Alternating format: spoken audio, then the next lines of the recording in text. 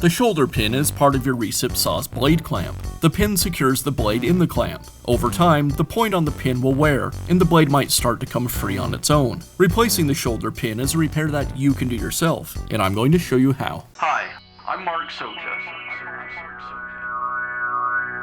Do-it-yourself repairs like these are easier than you might think. From lawn machines to cordless drills, kitchen mixers, Outdoor grills. our how-to videos walk you through each repair from start to finish. So doing it yourself means never having to do it alone. Let's get started. I'll begin by removing the shoe from the saw.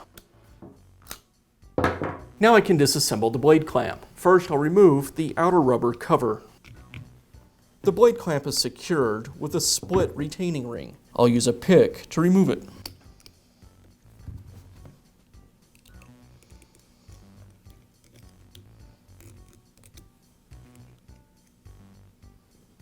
Now I can remove the driving sleeve.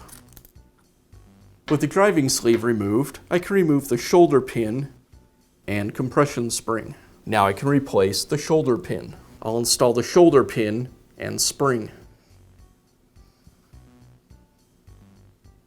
Now install the driving guide. Again, I'll align the tabs with the grooves on the sleeve.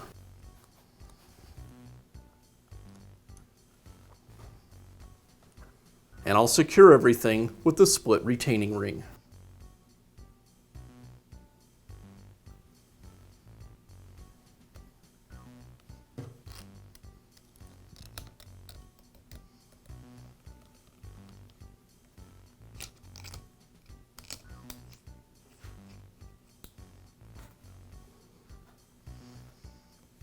And last, I'll reinstall the rubber cover.